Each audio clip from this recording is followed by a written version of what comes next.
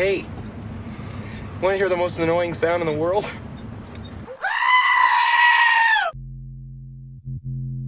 And here we go.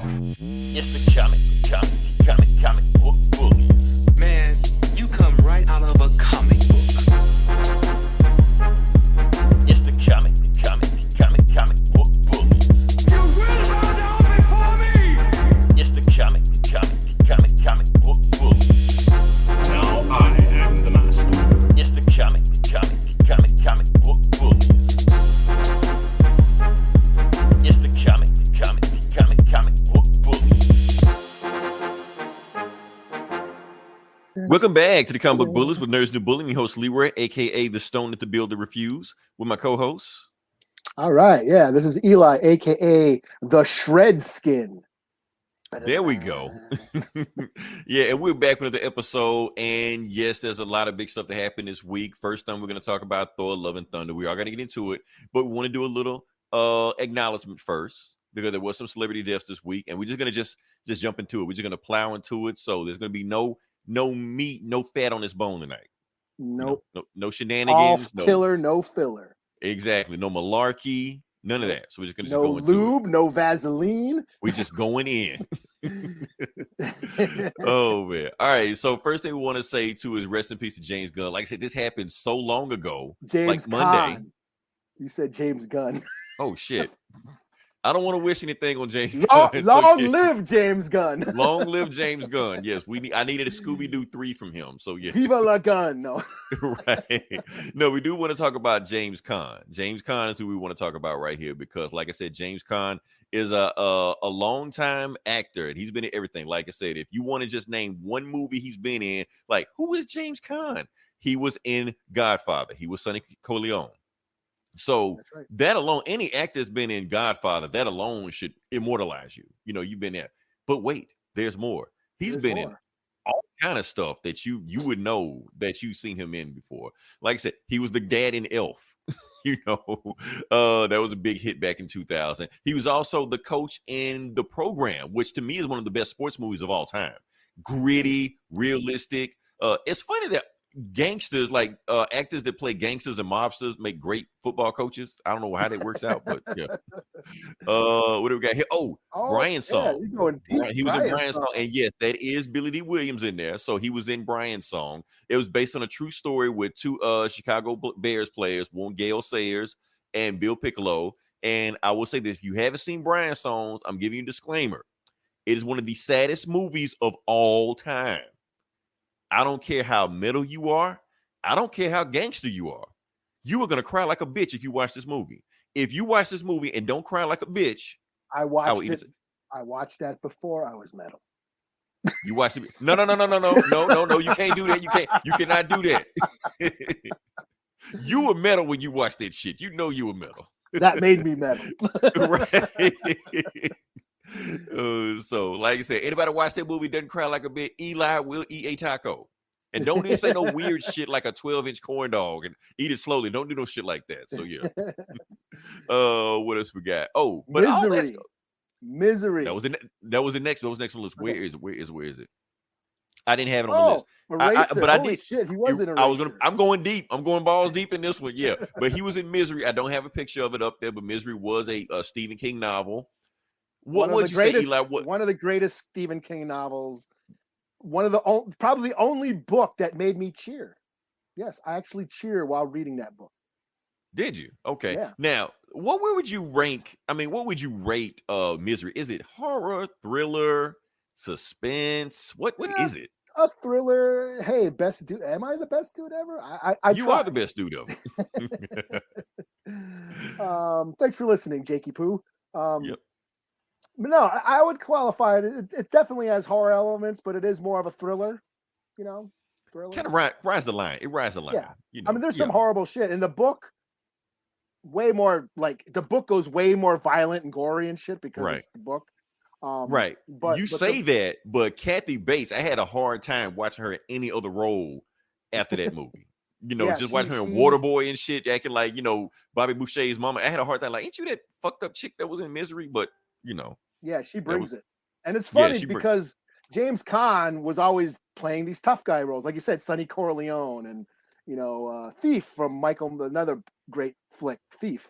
But yeah, he's always playing these tough guys, and then to see him in Misery, where he's so helpless, he had tied rage. up to the bed, and he being helpless and frail and vulnerable. It was dude had skills.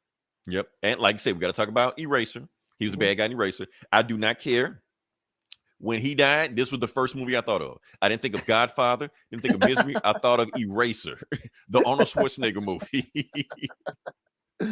Because the moment he came in and he acted like he was Arnold Schwarzenegger's best friend, but he kept saying, "Look, Johnny, we got to do this. We got to do this, Johnny." I like bad guy. That's the bad guy.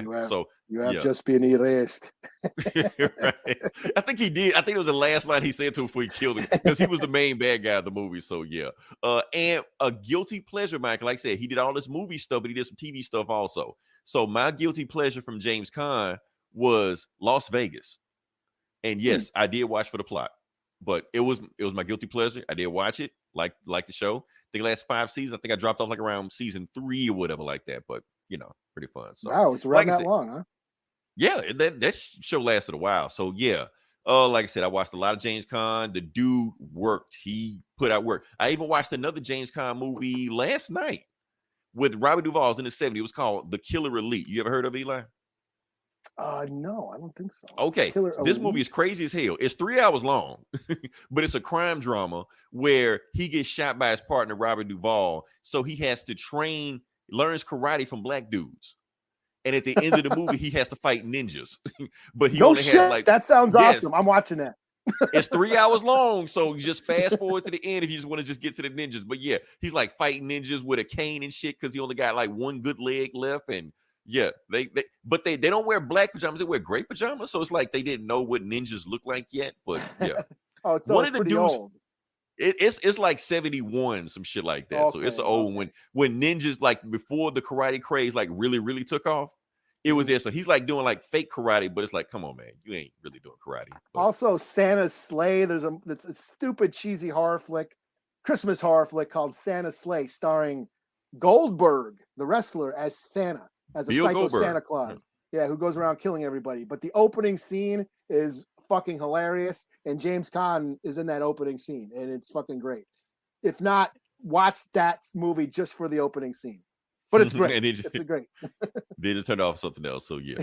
All right. So yeah, we spent too much time, but we had to and we can keep going on James Caan because he just made a shit ton of movies that you like. But like I said, we can't be here all day. We got other stuff to talk about. So rest in peace to James Caan. Yeah. So what do we got here next? Eli, I'm gonna let you take over for this one because I'm not too familiar with his body of work, but yeah, why don't you go with that one? Well, Tony Sirico, I think that's how you say his name. He passed away this week as well. Another guy famous for playing gangsters. He most famously played Paulie Walnuts on Sopranos. A fan favorite character, hilarious. I remember you saying that the Penguin on the Batman kind of mimicked Pop. Okay. Yeah. He was like such a ball breaker. He was always cracking wisecracks, and him and Christopher, they were kind of always teaming up together. They were like, the Abbott and Costello, if you will. That's probably an old cut for most of you youngins, but I don't give a shit. But anyways, yeah, he was a fan favorite on that show, but he's been in a lot. He was in Goodfellas. He was in a lot of gangster movies and shit. Kind of made a career playing those type of characters. So yeah, rest in peace to Paulie Walnuts, Tony. Cool. All right. So, like I said, now we just jump into it. Cause like I said, I put a big poster of it with Love and Thunder coming on. People had watched the movie. I don't have all the numbers in front of me right now, but I think it's like the 5th highest opening weekend for an MCU movie. So pretty good. So the theater people are coming back to the theaters. Not everybody's watching Minions. So have you heard that weird shit, Eli, that the theaters are banning people from watching Minions? Because apparently the kids are dressing up in suits to go wear Minions. Like Minion suits, dressing up as Minions? like suits, like you go into a job interview suits. Gru? What's his name? Gru? I guess character. I guess I don't know Minions like that, but these kids dressing up like that. But they're going in there. Basically, they're all dressed up in suits, acting an ass, basically acting like minions in the theaters. So they're banning anybody that shows up in a group with suits on. Oh no shit. Yeah, Okay. so theater because these kids are acting like now. assholes. So yeah, it's No, I did not hear that. Well, yeah, I just heard that. I'm like, wait, what? Okay, but anyway, yeah, let's talk about Thor: Love and Thunder. Like I said, we saw this movie this weekend. Eli, you said you saw it this morning. I just saw it today. Yeah, you saw it today. Okay, cool. So, like I said, we're just gonna do a deep dive into it. Don't know how long we're gonna go into it. I think I'll just give my initial thoughts of the movie and just go into it. I'm a deep dive after that. So, what do I think about this movie? Okay, so you got Thor Ragnarok, right? This isn't Thor Ragnarok, but it's not Thor the Dark World either. But if you were to take Thor Ragnarok and Thor the Dark World and put them together, I feel like you would get this movie. I think that's what it is. And I think that's why it's so divisive right now. I have seen a lot of people on like, if you just go by Twitter right now about the critique, what they're saying about this movie, they're saying this is the worst movie ever and the best movie ever. And this is bringing people back to the theaters and also killing the MCU. So it's doing all these things at once, you know. But yeah, that's what I think about the movie. People are going to see the movie. They want to see dark, gritty. They want to see, you know, heads being ripped off, so like that. It's not that. Did Thor: Love and Thunder really? Did they think they were going to see that? Well, keep in mind now that people are still comparing Miss Marvel to the boys. You know, they have the same fan base. I have seen that. I've seen that. It's fucking hilarious. Why does Miss Marvel and the boys have the same demographic? I don't get that, but whatever. So that's the world we live in right now. So people are doing the same thing with Love and Thunder. But the thing is that they sold you what the movie is. I don't know why people are getting pissed off. Here's the thing. This movie is the closest thing. Now, it's not the closest thing. It is a romantic comedy. That's exactly what it is. They sold the movie as a romantic comedy. That's what they gave you as a romantic comedy. Now, the crutch of the movie is based on Thor and Jane's relationship. That's what the movie is about. Everything else is kind of like background noise. Yes, Gore the God Butcher is one of the most vicious villains of the last 10 years in comics. And here, he more or less is just villain of the week. But here's the thing. Even though he's villain of the week, if it was anybody else other than Christian Bale playing this role, you would have forgot about it. But since it's Christian Bale, you remember Christian Bale because he brings in this role.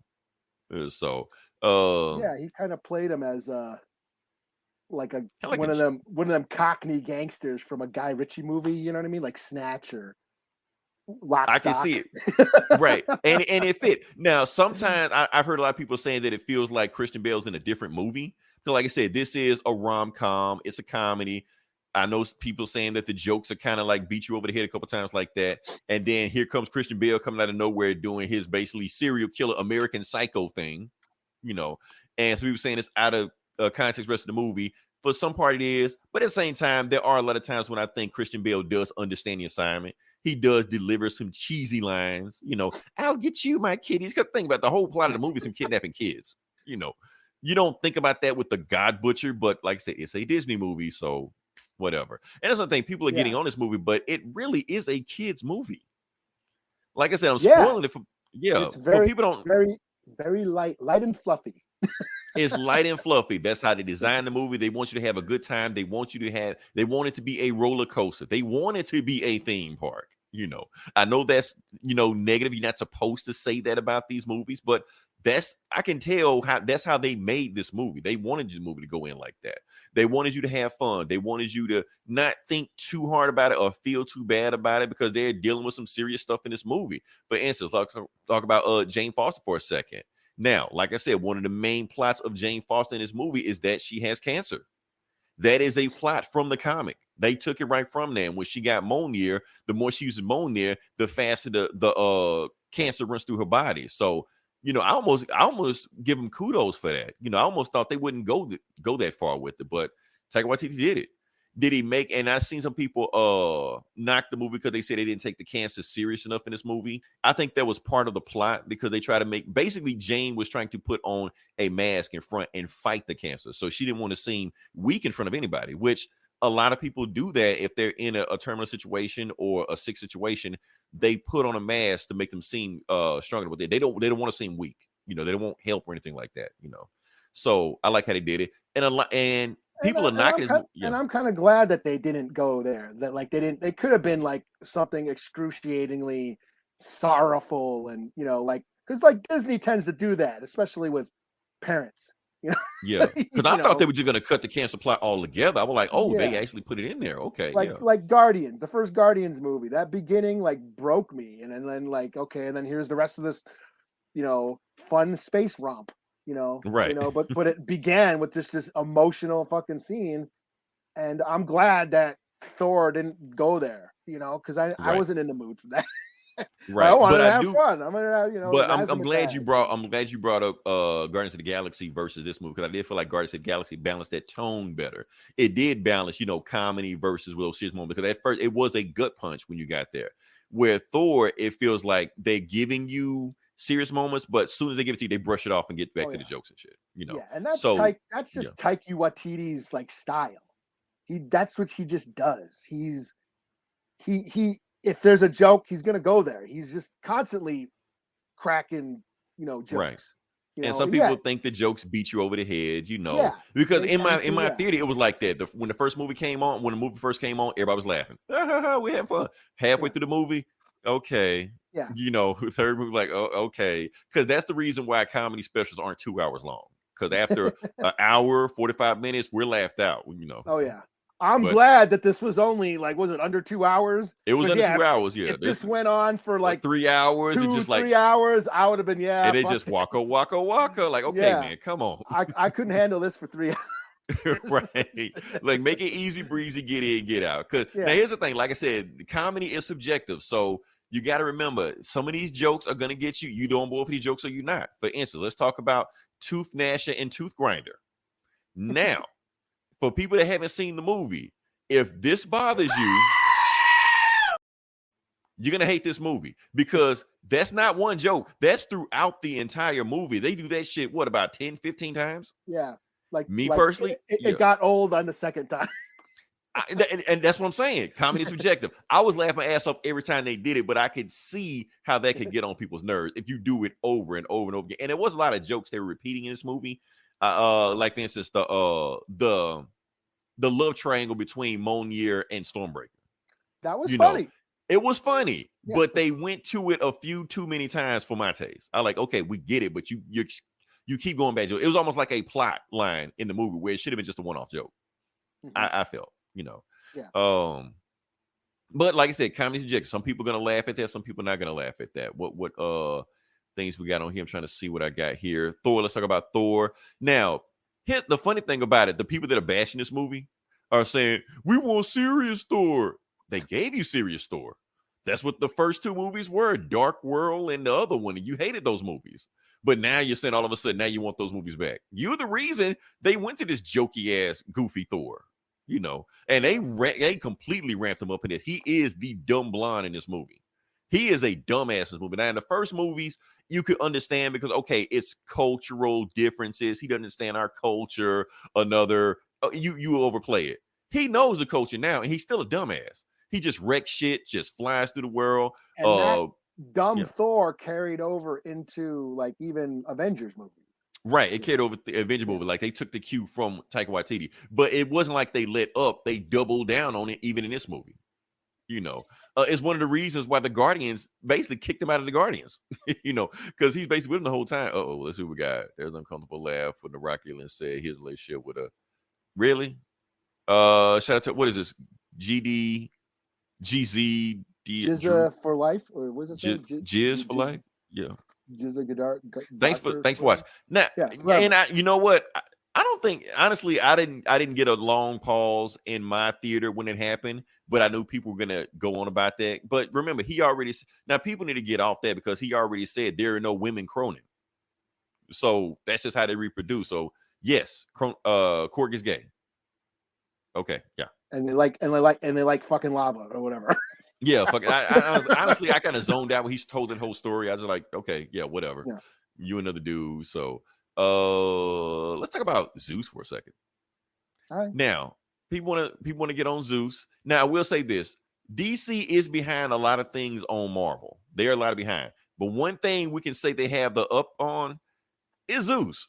I think if DC Zeus and Marvel Zeus got into a fight, I'm putting my money on DC DC Zeus, you know. But there's something that happened with this Zeus that I don't think a lot of people caught. Get out of there.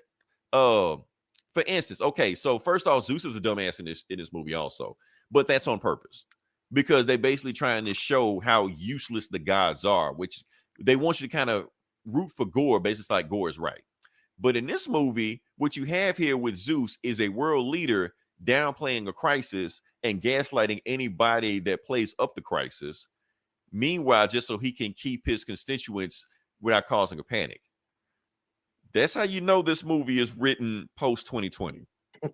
That's all I'm saying. I'm not going to go any further than that, but you can tell that's where they went with that. But that's also like a theme in a lot of like Greek mythology and stuff. I mean, like, you know, having less faith in the gods and the gods taking their wrath out on the people and all. Well, that's the thing. In Greek mythology, the gods are dumbasses. The gods are petty. They just do shit just for doing shit. Yeah, they're just a reflection of humanity. You know, right? That's they're all not. they are. They're like the boys. They're like the boys. Like the superheroes on the boys. Yeah, and it's not meant to like, you know, knock religion or in any way. It's just like it's just a reflection that nothing's perfect. Like no, you know, and it makes humans more humble. I mean, that's the purpose of it. Is like when the gods are just as stupid as you are, it takes the pressure off of you. Now, here's the thing, Eli. You bring up a good point. Like I said, this movie is fluffy. This movie is light, but the beginning of the movie was pretty heavy. Yeah. And honestly, I thought the movie, because here's the thing, even though the movie is a romantic comedy, you could have made this movie centered around Gore because Christian Bale's Gore was that interesting. He was that meaty of a villain. Because, like I said, you go to Black Panther, the movie did revolve around Killmonger. Even Multiverse of Madness, the movie revolved around Wanda, because those villains were interesting. So this movie, if you really want to go that whole atheist route, you could have went there with that. Because the first part of the movie is I renounce my gods, and I'm going to kill all the gods. So you even could have played it up to atheist going around trying to cure religion. I mean, basically, Gore was just a PG-13 Kratos. That's all it was. So yeah, I mean, it reminded that begin. Yeah, the beginning reminded me of Bram Stoker's Dracula with from what's his name, Francis Ford Coppola. His first that beginning scene where he renounces God, you know, right? And and he's cursed for it. You know, it's basically beat for beat the same kind of scene and the same sort of character, and that's what kept me interested because it did. Yeah. Yes, as light and as fluffy as this movie was. There was a very like dry theme of theocracy and, you know, right, deep philosophical religious commentary going on. It didn't beat you over the head with it, but it was there. And I think they did it on purpose because they went too hard with, religion and theocracy. Then they probably would have got in trouble overseas and stuff. So they downplayed as much as they could, I think, So, but it's there if you want to see it, and like I said, the movie, people don't want to think about the themes of this movie. It's just a fun roller coaster, stuff like that. But I think there is, parallels between Gore and Jane. Both of them have magical weapons that are both saving them from death and killing them at the same time, and they're both on the same path. That we got to get this one thing done before we get past. Yeah, and they're both opposites. You had Gore, who was like totally religiously devoted to the gods, who feels betrayed. And then Jane, who's a woman of science, who doesn't believe in religion, and she's all about facts, and she's a scientist. And then she ends up believing in the magic, believing in this, spiritual realm at the end, So that was, again, like they didn't beat you over the head with it, but if you want to look for it, it's there. And then you also have Gore. I don't know if they wanted to go this route. It does feel like he is being a hypocrite. Also, all the gods are dying, but then he goes to eternity. Spoiler alert: eternity's in the movie. Which eternity, if you go by the comics, is the god of gods.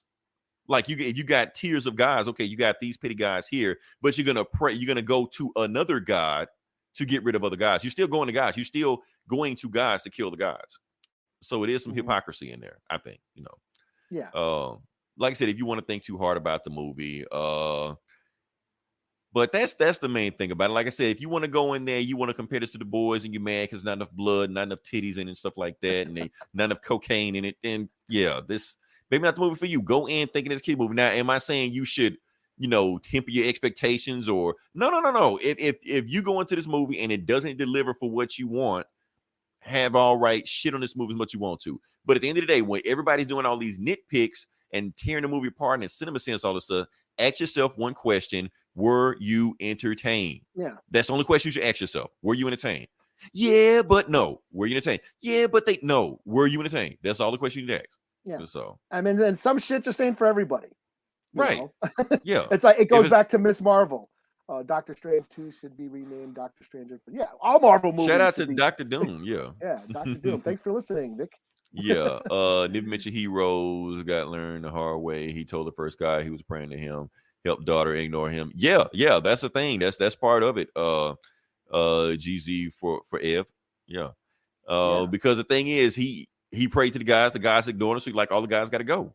And just going to the city of the gods and seeing how petty they were, and all they cared about was orgies. He was like, well, Gore has a point. Just get rid of these guys, And again, that's that whole thing. That's Taika Waititi poking fun at shit. He's poking fun at religion and God. That's what he does. Like he poked fun at Nazis with Jojo Rabbit. He poked fun at Thor and everything. He's Jewish and played Hitler in a movie. Yeah, he poked fun at vampires with We Live in the Shadows or whatever that show or the movie. I haven't seen the show. I heard it's great, but I've seen his movie. He made the movie where he just makes fun of horror and monsters and vampires and stuff. And that's just what he does. That's what he's been doing with all his movies, and he does that here. So I mean, for people who like shitting on it because it's not violent or dark enough, that that's judging by the trailer, you know what you're in for. And yes, but that's the thing. That's the thing. People already know what they're in for, so they're going in to shit on the movie. They're already going in to hate this movie. Like for instance, not only was it too joking shit like that, you still got people. Oh yeah, Becker was pretty cool in there, but we're not talking about her. Jane Foster. That's what the point I was trying to get to. Jane Foster. Some people going in there hate this movie also. Earl, they're trying to make her the girl boss. She's going to be the new Thor. The movie didn't even go that route. It really didn't. She was there, but she didn't take over the movie. At the end of the day, Jane Foster was not Furiosa. Like if you go watch that last Mad Max movie, you go see Mad Max, but it's really just Furiosa. And Mad Max is kind of like in the past to see like, well, let me know when you kick everybody's ass, and then I'll roll the credits. No, this was Thor's movie. Jane Foster was there. She helped out. She was a good sidekick. She was there to do their back and forth relationship thing. But yeah, at the end of the day, it was Thor's movie. So people want to go in there and shit on a movie like this. Oh, because the MCU is getting woke, go broke. When it ain't even about that. The movie was, and plus, honestly, I like how Jane became Thor in this movie. Now, I always thought it was going to be like some kind of multiverse thing. Doctor Strange broke the multiverse open. That's how this happened. It wasn't that. It was in continuity. When they were in a relationship 8 years ago, when they sat down, Thor was completely in love with Jane. He told Mjolnir, if I'm not around, protect her. Boom. And he did. I can deal with that. Yeah. Yeah. And like you said, back to it goes back to Miss Marvel or Naomi. Some things just ain't for everybody, Right.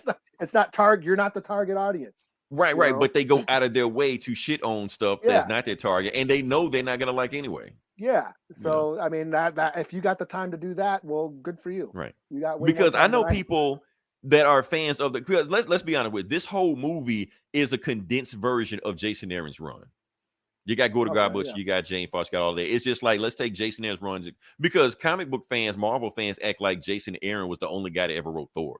Like he created Thor. Like he created the religion of Norse mythology. Like the reason Thursday is named after Thor because of Jason Aaron. Like it's other Thor stories to tell, but fuck it. Yeah.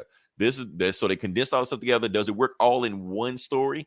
Probably not, because it's two different tones. You could have told the Gore story, killed off Thor, chopped his arm off, whatever like that, then told the Jane Foster story and whatever, but I mean, that's how they want to do with it. Yeah. And if you want to whine about, Taika Waititi making light of Norse mythology, making a parody of Norse mythology. Marvel Comics did that already. Right. The MCU did that already. Yeah. Like the Thor comics were a parody Norse mythology. Right. I mean, And sometimes they put disclaimers of like, this is our version of Thor, not the whatever, Viking Jesus is some Jewish guy in Brooklyn turns into the Viking Jesus. Right. That was the original Thor comics. So Right. yeah, these are based on the Thor comics, which are very bright and wild and goofy and fluffy. Right. And what did the first thing Thor did? He fought Saturn men from Saturn, from space or like that. That's it. And then Jason Aaron was the one who turned Thor into Conan. And that's everybody's favorite run. That, right. That's what Thor should be now. So everybody act like Thor didn't exist before Jason Aaron. But that wasn't the case, Thor was a fabulous hippie for fucking 40 years before Jason Aaron got a hold of him. Oh man. So yeah, that's my thing. But that's all. I didn't want to do a deep dive on this. I do want to say one thing. Like I said, people are knocking this movie because I think it's things they didn't understand this movie.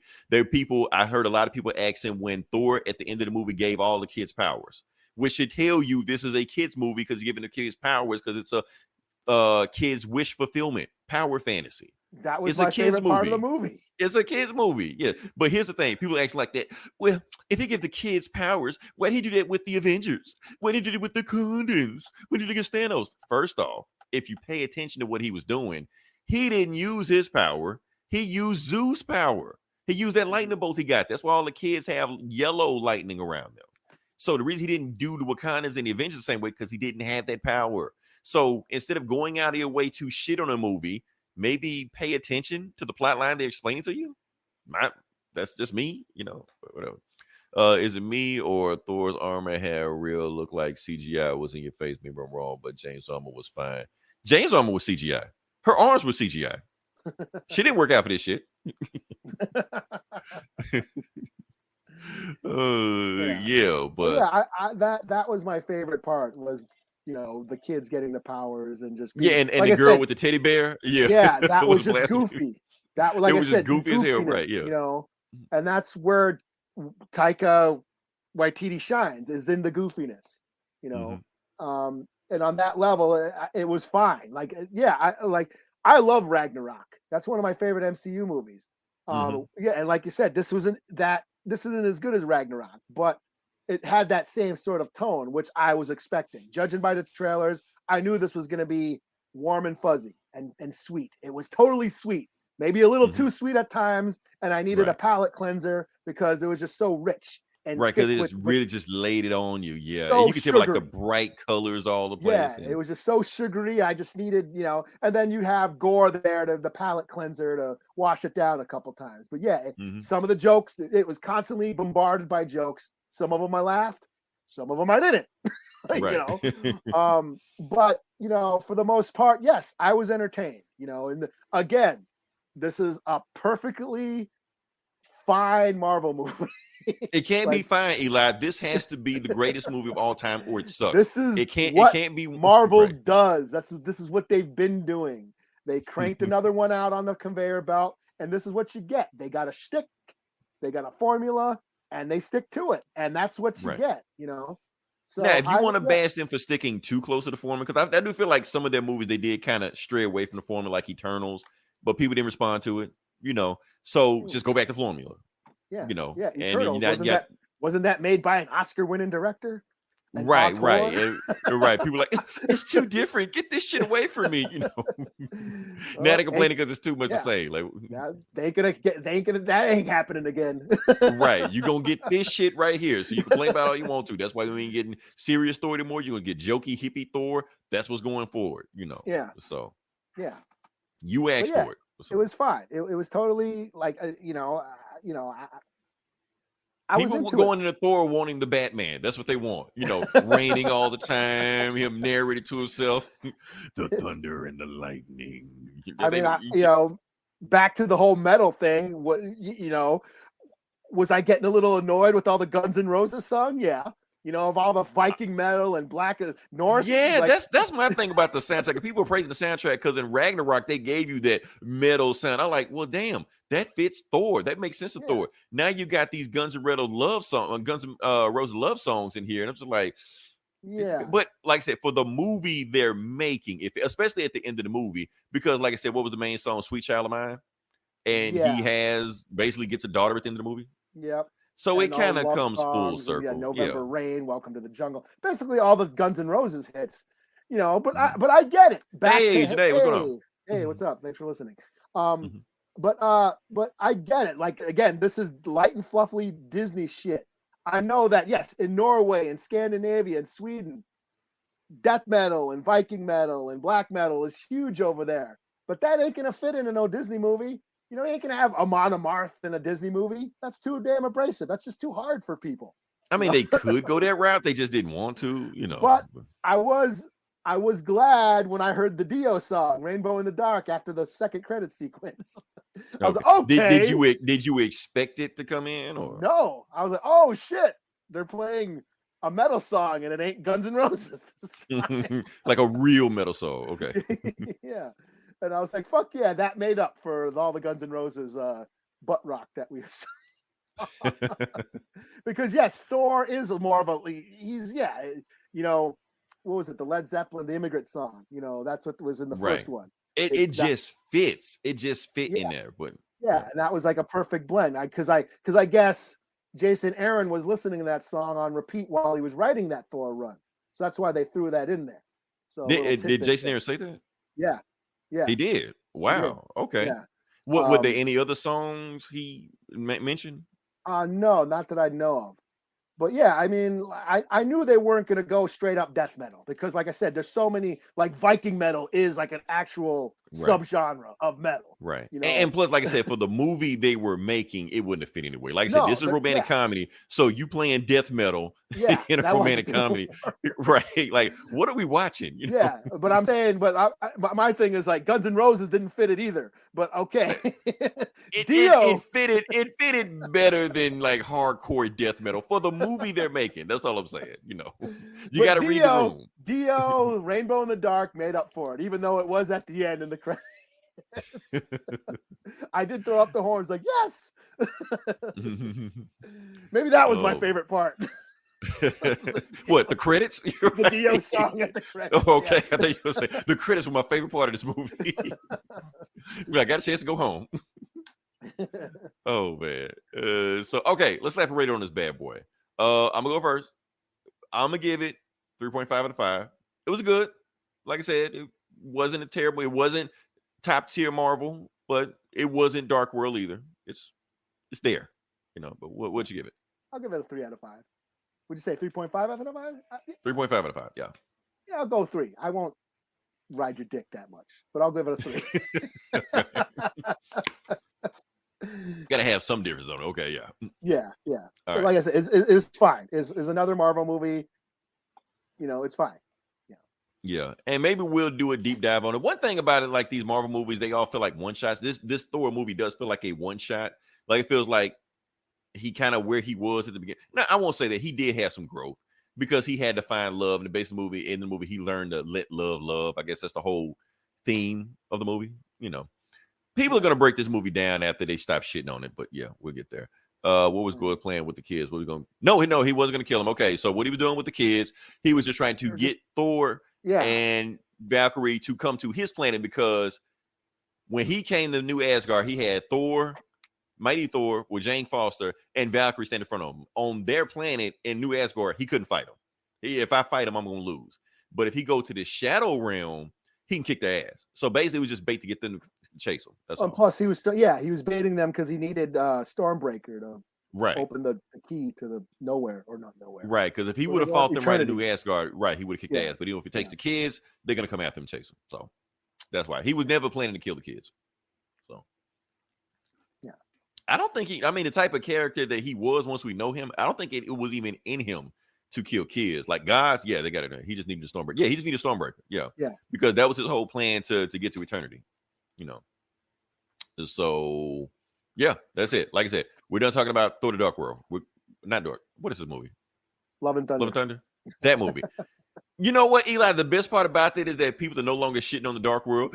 Now that people are coming out the closet, saying, you know what? I kind of like that movie. Just to shit on this movie, Well, but you know what? Yeah. I think when people think of Thor, like comic book fans, we know what Thor is. Mm-hmm. But non-comic book fans, they want Lord of the Rings. They want Game of Thrones. Which is kind of what he is. Yeah, that's sometimes, what, when you go they there. kind of want. But comic book Marvel Thor isn't that, and I think especially Dark World, I think they tried to bring back in the original movie. I think the director of Dark World was a guy that did a couple Game of Thrones episodes. Yeah, but I think they were trying to bring that sort of Norse mythology, the gritty, the dark elves, and that, try to bring that imagery into the lore, all the stuff. The Marvel, the space cosmic Marvel lore, and it just didn't gel, so and then Taika Waititi just threw it all out the window. No, this is space Viking. That's what he is. Right. Now at the beginning of the movie, he's doing Van Damme split kicks, karate kicking. Like this isn't a Thor I know from the comics, but they don't care. They just gonna do whatever they want to, Yeah. So, I think the original and I don't know why Thor, people are still complaining about, they changed up these characters. The MCU at this point doing whatever the hell they want to do. Yeah. Like this, they haven't stopped now. So I don't know why you choose cherry picking what you're upset about, what you're not upset about, So yeah, because the original Thor movie, they were just they didn't have it. It was more cosmic space opera than straight up fantasy Dungeons and Dragons. You had Kenneth Branagh do the directing of that movie, and he did Shakespeare and shit.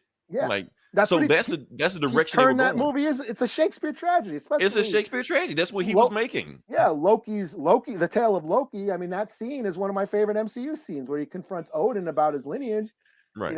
But it's still it's less Dungeons and Dragons and more space opera. That first movie, because it is fitting into the tone of the Marvel comics, right? Which is it's cosmic Marvel. But the masses, they want this Thor. I mean, you say you don't want it, but your dollars are saying you want this Thor. Mm-hmm. Yeah. So that's my thing. All right, we can move on past that. Yeah. All right, now to the video game section. We were going to talk about some fun shit in the video game section, but I had to cut that because I want to talk about this. So this is some weird shit that happened. Okay, Eli, we talked about 2 celebrity deaths. Yeah. But actually a bunch happened, and we're going to talk about the 3rd celebrity death also. This I had to look into because I did hear about this, but then when you showed me this, I'm like, what the fuck? Right. This is like weird. This is a movie. This is like a movie, video game. We're going to talk about it for a second. Okay, so for people that don't know what happened, so the 3rd celebrity death we're going to talk about today is the former Prime Minister of Japan, Shinzo Abe. I think that's what his name is. Yeah, if I'm screwing it up, I'm screwing it up. Okay, so he got assassinated this week. He was shot in public.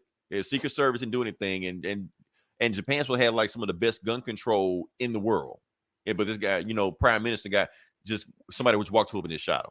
So this French alt-right politician put a picture up of the assassin, and the picture he posted on Twitter was this guy. For those who don't know who this guy is, he put a picture of him. This is Hideo Kojima. Hideo Kojima is the creator of the Metal Gear Solid video game franchise. So he's not an assassin. He's a video game guy. That's his thing. But the thing is, when this French alt-right politician when he tweeted that picture of Hideo Kojima, it caught on. It went viral. So actually, like the actual official news reports, TV news reports of France, Greece, and Russia all ran his picture. Now, he didn't say Hideo Kojima's name, but when they ran the picture, they ran Hideo Kojima's name. They straight up said, like Greece straight up said, Hideo Kojima just assassinated the former prime minister of Japan. And it just took off like wildfire. Of course, he didn't do it because the same day when it happened, Hideo Kojima was tweeting about Minions. He was like, yeah, this movie is awesome. Not knowing that he was wanted for assassination, so it got so bad that that Kojima Productions, his video game company, had to put out an official statement on Twitter saying, we're going to sue the people that are defaming us right now because we didn't kill anybody. We don't know who killed them, so stop putting our name in this. So that's what's going on right now. It's so weird that of all people, Hideo Kojima is the guy they go after. Yeah, because what was this guy trying to was he trying to make a joke about Snake was the assassinator? No. First off, that French politician was a racist. That's why he did this shit. What he Okay. did, he just posted the first Japanese guy he Googled, and that's the picture he called him. Mainly, he did it because if you look at the pictures he used, He's got a Che Guevara. Che Guevara, I think he's wearing like a red hat, but so he's wearing like communist, gear. That's why he just took the picture and did it, But yeah, but the funny thing is the reason why it's so weird that he did Hideo Kojima, he did it because Hideo Kojima predicted this shit over 20 years ago in his video games. This is the plot of Metal Gear Solid 2. Because the plot of the Metal Gear Solid 2, the Illuminati is in the game. They're the main boss of the game, but you can't call them the Illuminati. They're called the Lale Lule Lo because they program chips in everybody's head that you can't say their name out loud. But the plot of that movie is that game is that the main Metal Gear that they were making in the game was a device that was going to control the flow of information in the world. And it was going to basically, whatever the Illuminati wanted you to believe, they'll make you believe. Whatever they don't want you to believe, they won't make you believe. This was before the internet really took off. I wanted. So basically, he predicted the internet. And exactly what happened is what happened. He predicted all this shit way back then. So that's why it's so weird out of all people. Like, damn, we should listen to Kojima. Like, I don't know how many people play video games that listen to shit, but please go play Metal Gear Solid 2. That shit it was back in like 2001, like right before 9/11. And they predicted everything that's happening right now. Virtual reality, everything. So, yeah, man, that's all I'm gonna talk about on that. But yeah, that's a weird story. Yeah.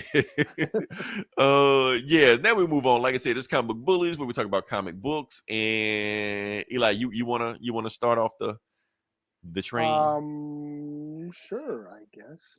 Mm-hmm. Can I do Poison Ivy? Yes, you can do Poison Ivy. You start off with Poison Ivy. Wait for it. Nah, you can go. All right, I'll do Poison Ivy number 2, Okay. written by G. Willow Wilson. Mhm. Willow Wilson.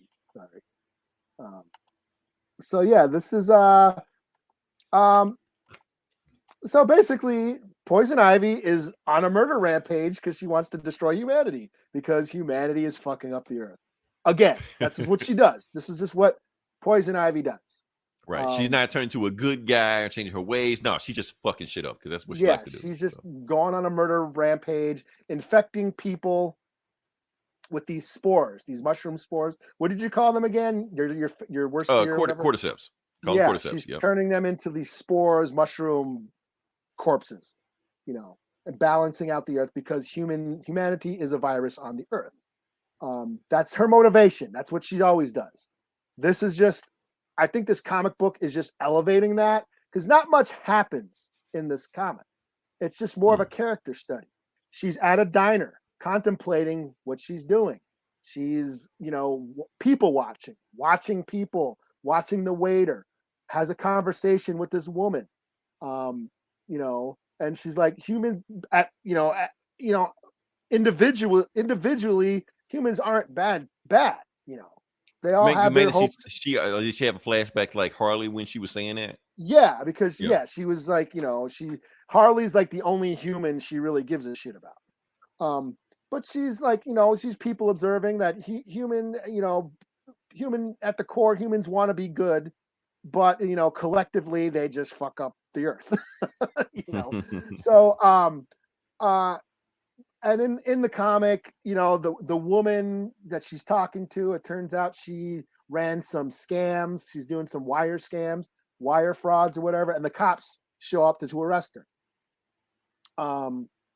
And because Poison Ivy's talking to her, she's guilty by association. So they try to arrest her too, but she ends up infecting these cops, and they plant zombie out and they escape.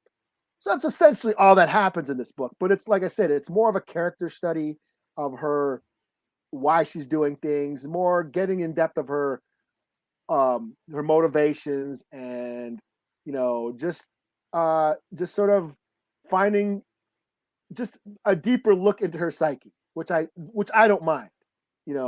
I like the part where she's talking about that one vegan syrup or whatever. Right. She was like, people always ask her, is she a vegan? Yeah, it's like, no, like people think that, and that is a thing. Like, vegans try to say that it is environmentally friendly, and it is when you compare it to the meat industry, but it's certainly not, right, green. because it's fucking up the ecosystem, right? Yeah, it's a lot of vegan foods are very processed and Right. use a lot of resources and water and shipping, and has a very large carbon footprint to make these Right. highly processed vegan foods that only rich vegans can eat. Plus, meat eaters got to exist to to control the environment. Like if we didn't have wolves, then deer would just go out of control. Yeah, you got to have that balance. Yeah, so she talks about that the earth is that there's this delicate balance that makes everything flourish on earth, and it just keeps getting fucked up. So I enjoy the social environmental commentary that's going on, and it's just sort of a looking into the mind of a killer, so to speak, because she is a straight up villain in this, but we're just seeing her why, and we're understanding who she is. And I almost feel like G. Willow Wilson is having fun, writing a villain. Yeah, as a villain. Yeah, because she's straight up evil. She's straight up killing people and murdering people indiscriminately. She knows, like, oh yeah, that family that was just at the booth, they're gonna go home, they're gonna die, they're gonna be dead tomorrow. They're gonna infect all their friends and family. Like she knows she's like murdering people, and she doesn't care because she believes that it's better for the earth. So can't say I agree, but I'm digging. Right, because they would include us reading too. So yeah, like just because and that's the thing, internet. Just because I like a character who's an asshole doesn't mean I want to aspire to be like them. Right, or agree with them, or yes, I just hashtag Poison Ivy was right. No, yeah, it's an interesting story, and she's compelling to read. And that's right, like we can have fun watching Jason and Freddy Krueger kill people. Yeah. That don't mean we agree with them. I can see them just chop people up. Yeah, everybody's shitting on the Quentin Tarantino movie because of whatever, but y'all watch Game of Thrones, full of funeral rape and some of the incest and some of those fucked up atrocities, but somehow understood that was just art and entertainment. Right. So yeah, this is I'm digging this book. This is a 4 out of 5. Cool. Okay. All right. Next book I got. First book I got. Book I'm going to do is, let's do Dark Crisis number 2. Eli, did you read this? No, that's on you, man. Okay. Why'd I ask the question? Yeah, but those that don't know, like I said, this is the newest crisis that DC has. I'm holding the last crisis by the sword. They said it was going to be the last one, and I'm holding them to.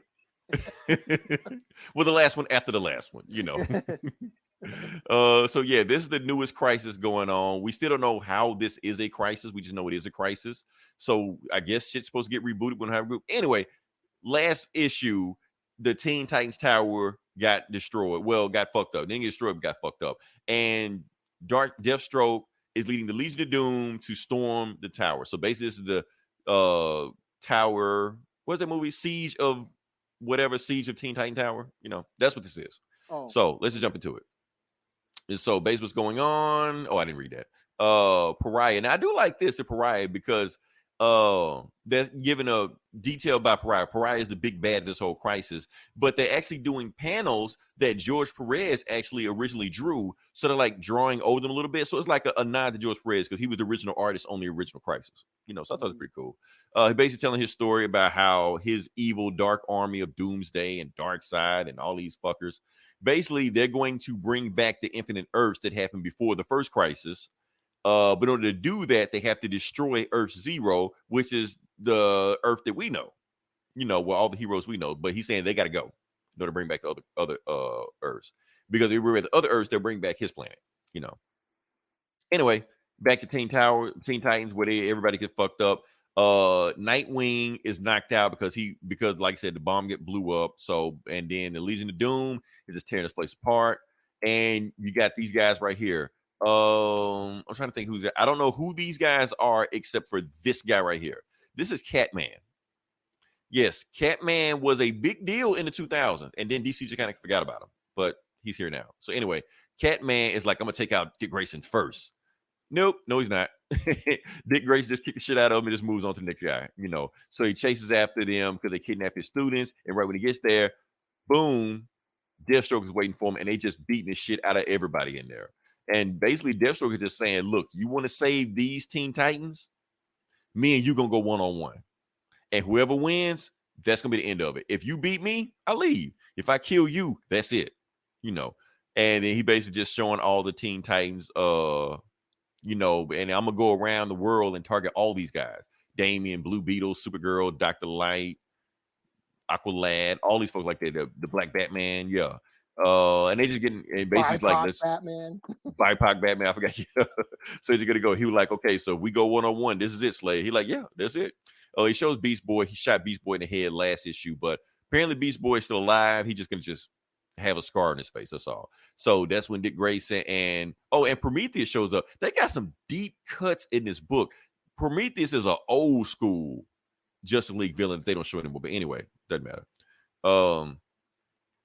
They fight, and I'm gonna just see if I can show that panel. Oh, that's Black Spider. Black Spider, if Spider-Man was an assassin. So Deadpool, yeah.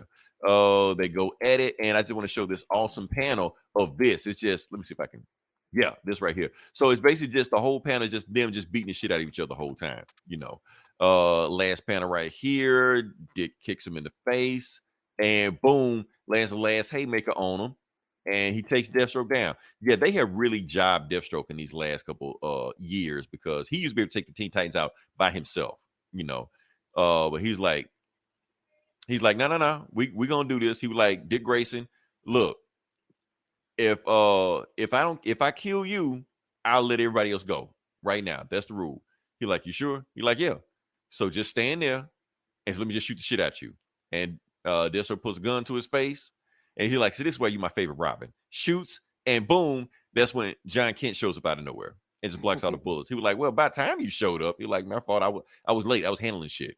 He was like, okay, look, let's do this. This was like a job for Superman. He likes my line and like that. And that's when Deathstroke goes, oh, so Superman's here. Okay. And that's when Nightwing's like, okay, Superman's here, Slade. This shit is over with. You think I wasn't ready for Super Brett? No. We about to start round 2. And that's when, boom, somebody smashes right through Teen Titans' door, and it is Cyborg Superman. He like, you think I wasn't ready for Superboy? Yeah, I got something for him. He like, go get him.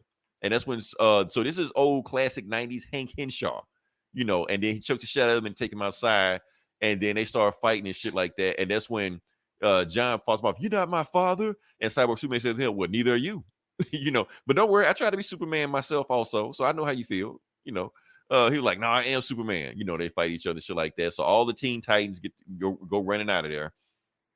Let's get past this. Deathstroke basically, because Pariah says, you got to leave. They fight some more. They smash through the Teen Titans building.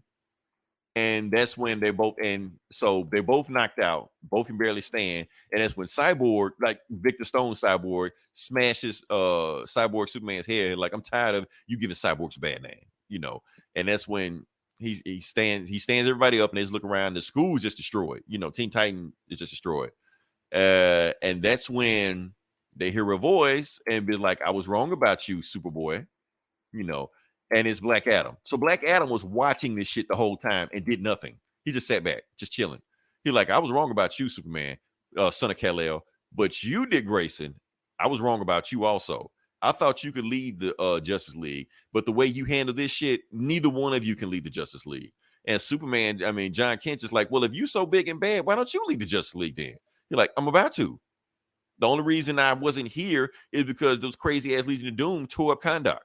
So I had to handle them first, and now I'm here. But first, I got to get you guys in the fighting game shape of how I'm gonna run the Justice League, not the way you do this bullshit. And then we cut to Kyle Rayner, and they recruit him, and he recruits the Green Lantern Corps, and yeah, that's it. So that's what the Green Lantern Corps is. Oh, and they say the reason you don't see any Flashes because the Flashes running all over the multiverse trying to find Barry Allen. So yeah, that's it. So more Crisis. I still don't know why it's a crisis. It's just shit happening, but whatever. So yeah, Shit happened. All right. So yeah, what you got next? I will do Batman number 125? I read this, but I Did didn't you? do it. I did. Yeah. It's Alright, just cool. Jadarsky. I Chip had to see what was Zdarsky. going on. Yeah. Yes, fresh off his Daredevil run. For those that don't keep it with, don't know who Chip Zdarsky is, all you gotta know is that he's the man. So, Yeah. yeah. So he's bringing that gritty street shit to Batman. Why Batman was not always about gritty street shit, I don't know, but okay. Yeah, because he hasn't been lately. He's been doing all this other wild shit. Yeah. He's Crises the and corporate Batman or incorporated Batman or whatever, and all the Bat family and all they're trying to turn the Bat family into X-Men and shit. Right. Just get back to the basics. That's all. Yeah, and I think that's what this does. This takes it back to the roots. It's still in canon with a lot of stuff that's going on. Batman is still broke.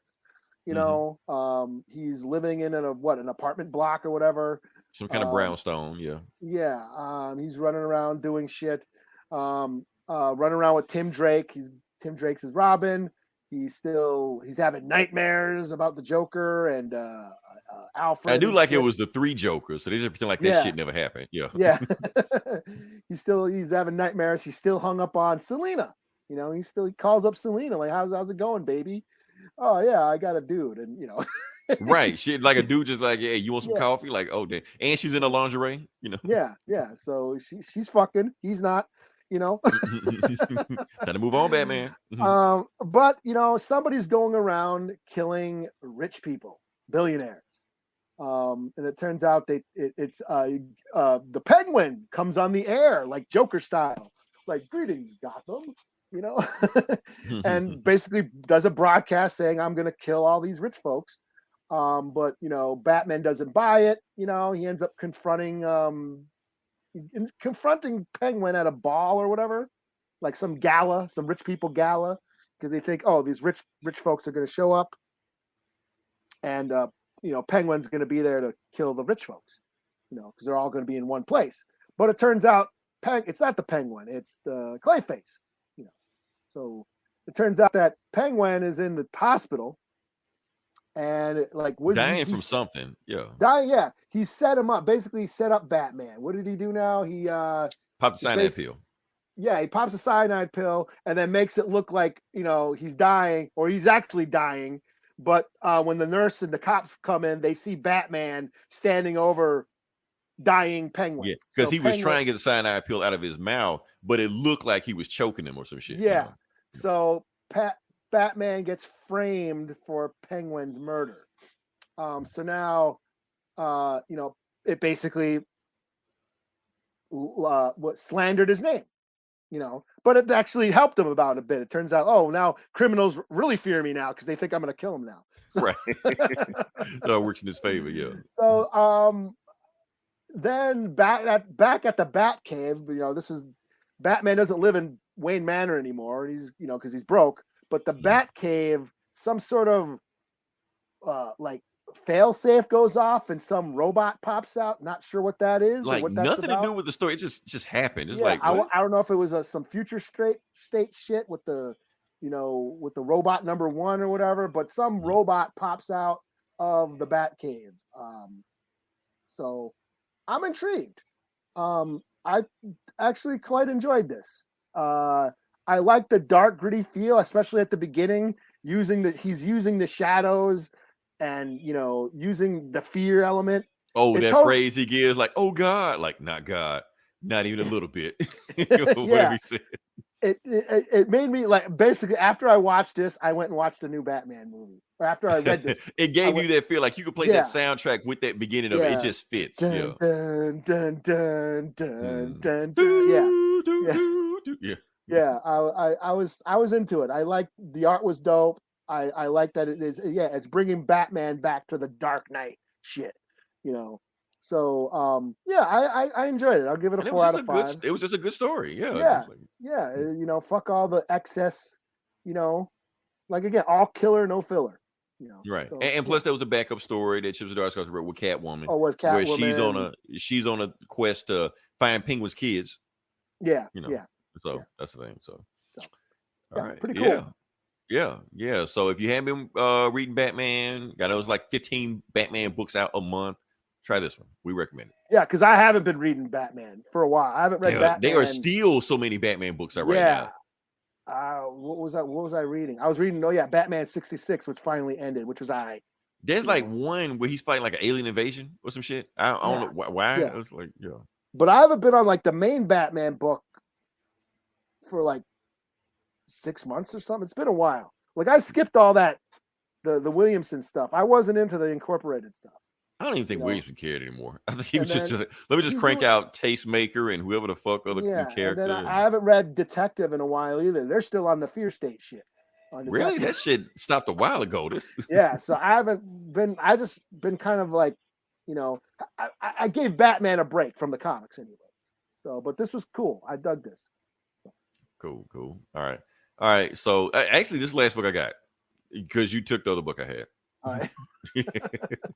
So we're gonna do Black Panther #7. We're gonna do that. I read this. We read this one. Like I said, this just John really just chugging along. Let's see. Where we left off last time with this book is that the Dora Milaje showed up. Now, if you haven't keeping up with the Black Panther comics, the Dora Milaje no longer work for Black Panther. They actually have their own nation, and they just do. They only show up here because Storm called them or Shuri called them. Somebody called them, but T'Challa, personally, they don't give a shit about T'Challa, So let's cut to it. We got here. So we got Akili, who is the head of the War Dogs, the Hatu Zarate. So the War Dog, and basically it finds out that he's pretty much the bad guy of this whole storyline. He's the one sending his War Dogs to go after T'Challa, and basically saying he's telling the War Dogs shoot to kill. Like, don't bring him in alive, shoot to kill, because technically, if he's doing treason in Wakanda means death. So, and I don't care if he's T'Challa, he dies.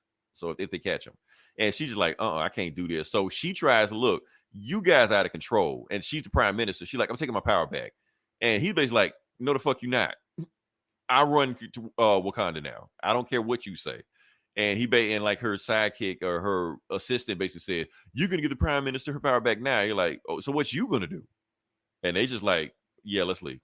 So he controls the War Dogs now. So basically it's just like, okay, so what do we do? How do we get the power back? Like, we only got one move we can do. Even though it might get us killed, let's do it anyway. Yeah, we can't go to T'Challa because T'Challa got us in his mess to begin with. So he's just as bad as Akili right now, So we cut to T'Challa, and he talked to the Dora Milaje, and the Dora Milaje is like, look, you got 5 seconds to tell us why we shouldn't leave right now. And he's like, because I'm your king. And like, wrong answer. So they're just trying to. So T'Challa just basically breaks down. I'm gonna just fast for the end. He basically breaks down and apologizes to him. Like, I'm sorry for all the shit I did. I'm sorry for all the manipulation I did to everybody around here. I'm sorry I ran you guys off because you didn't trust me anymore. And so do you forgive me? So he basically apologized, something he's never, ever done before to anybody. We cut to the prime minister, and basically what she says is that she basically broadcasts to the public and tells the public what's going on. It's a coup. The War Dogs have taken over Wakanda. They basically kicked me out. They kicked T'Challa out. They're hunting him down like a dog, and they have taken over. And they're basically going to oppress everybody. So the only way to get them out of there, we all got to fight. And that's what's going on. So Achilles hears them, and he tells the War Dogs, go get her. Shut up.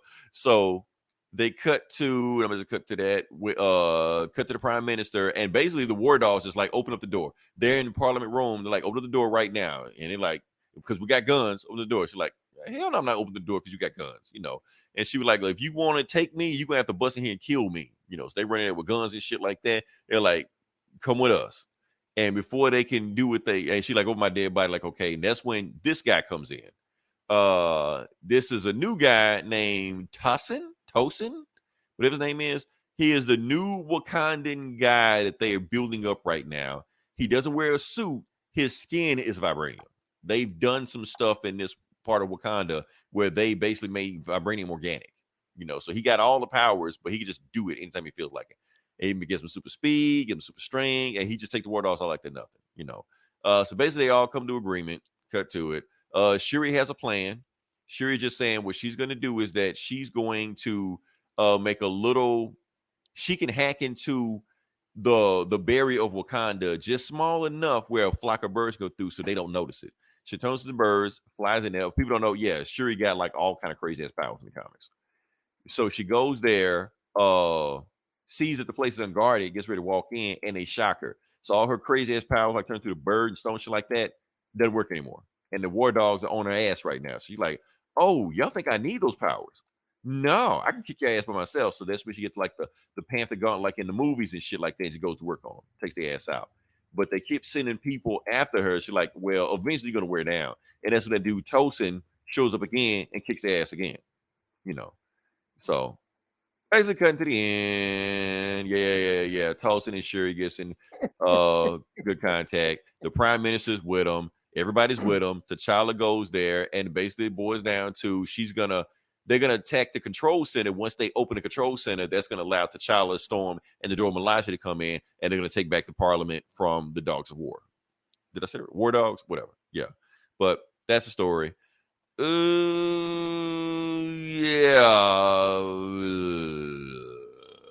I'm about to say something real controversial. Yeah. I'm about to say something real controversial. Yeah. I miss Coates.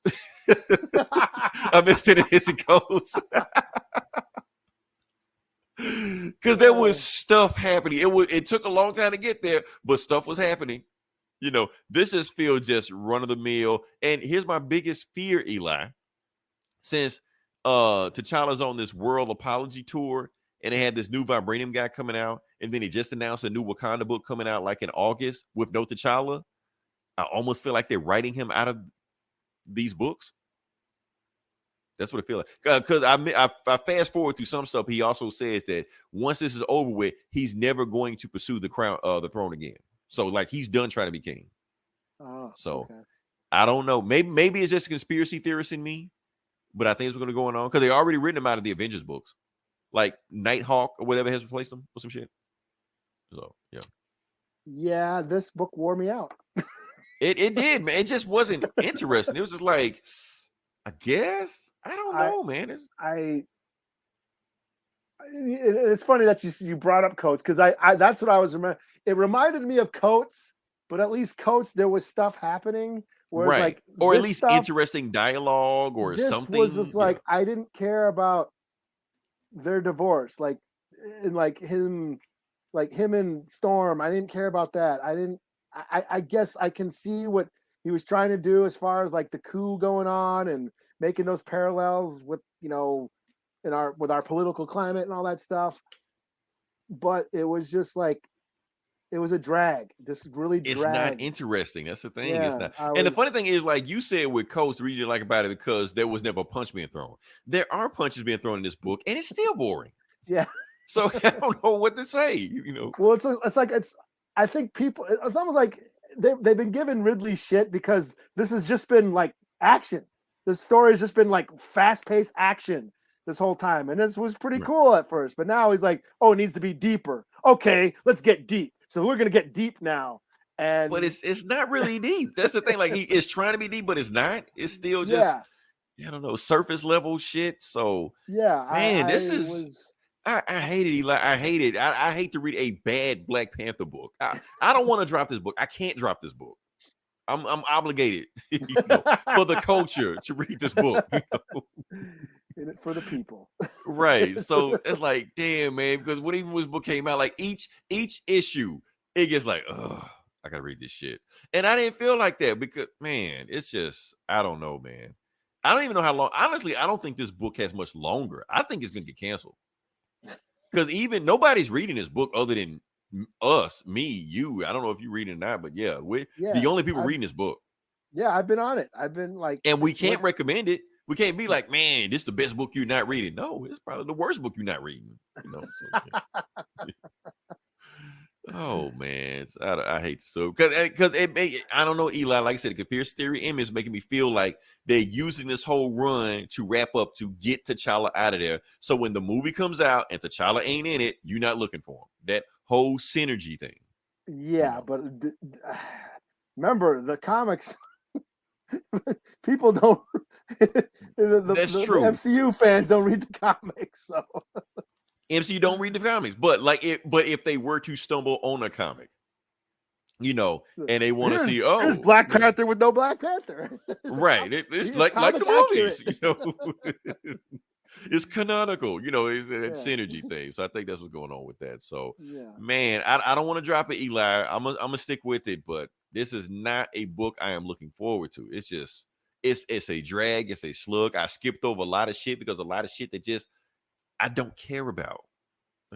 Because How many times we gotta he was looking for who killed his homies, right? And then it was like a James Bond revenge sort of right. And I was story. into that at first, yeah.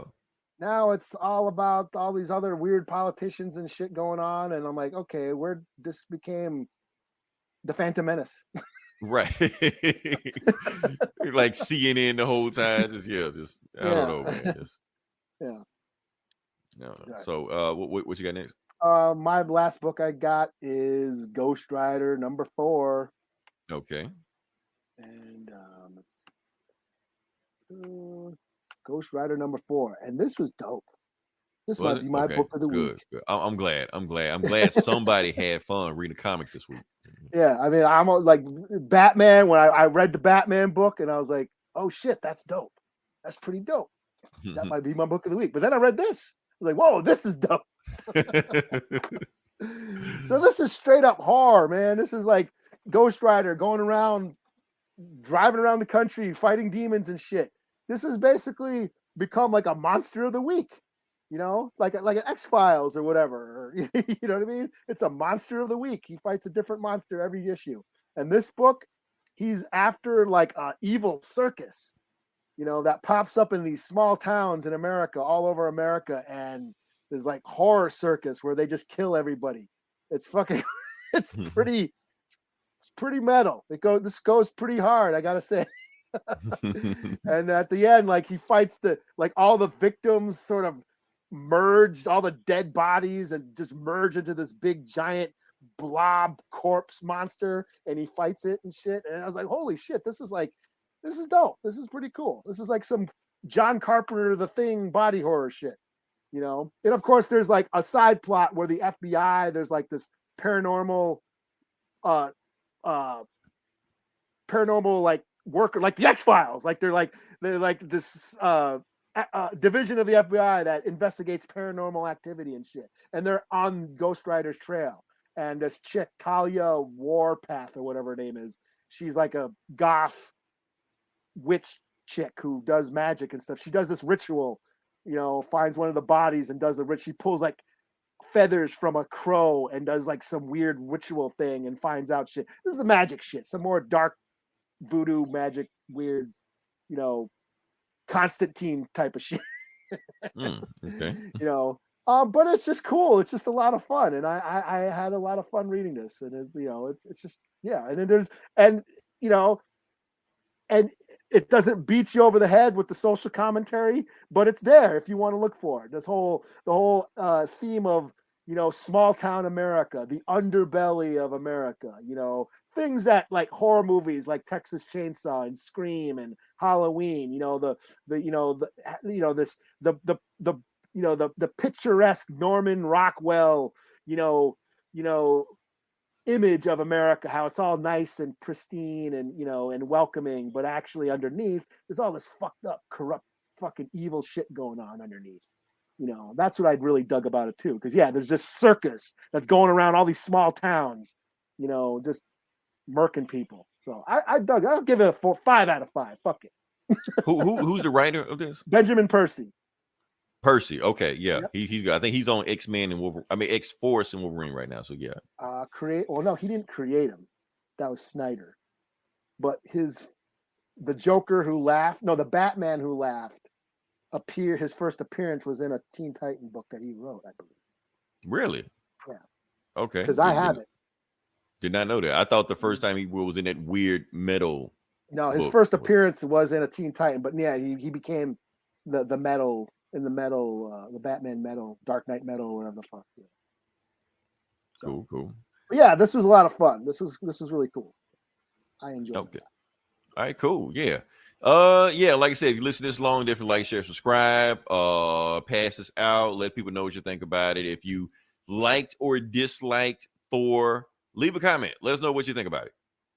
Hate it, love it, we don't care. Just post it. We'll see what you think about it. Next week we're just gonna keep this ball rolling. So we go. Eli, I have a prediction. I think in the next 2 weeks, tops, we're gonna get a Black Panther 2 trailer. Oh, okay. And I'll have another prediction. When that trailer drops, the internet is going to lose its shit. One way or another, the internet will burn to the ground. One way or another. We'll see how it happens. Because I have prediction how I think this movie is going to go. And I want to, but I'm not gonna say it just yet. I might say it next week. If nothing happens. You don't want to eat a burger just yet? Not a burger, because I made some bold predictions that almost got me kicked out of a Facebook group. It was like, shut the fuck up. You know what the hell you're talking about? Like, okay, I'll keep it to myself. Ain't you the guy that wants to have a white Black Panther? I will never live that down. I see that. Yeah. So until then, this is Leroy. This is Eli. We'll talk to you guys this week. Same bullet time, same bullet channel.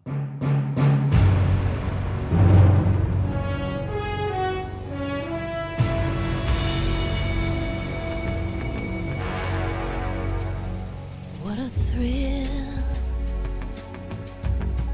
with darkness and silence through the night. What a thrill, I'm searching and I'll melt into you. What a fear in my heart, but you're so supreme. I give my life, not for honor, but for you. In my time, there'll be no one else. Crime, it's the way I fly to you. I'm still in a dream, snake eater. Someday you go through the rain, and someday you feed on a tree frog. It's ordeal, the trial to survive.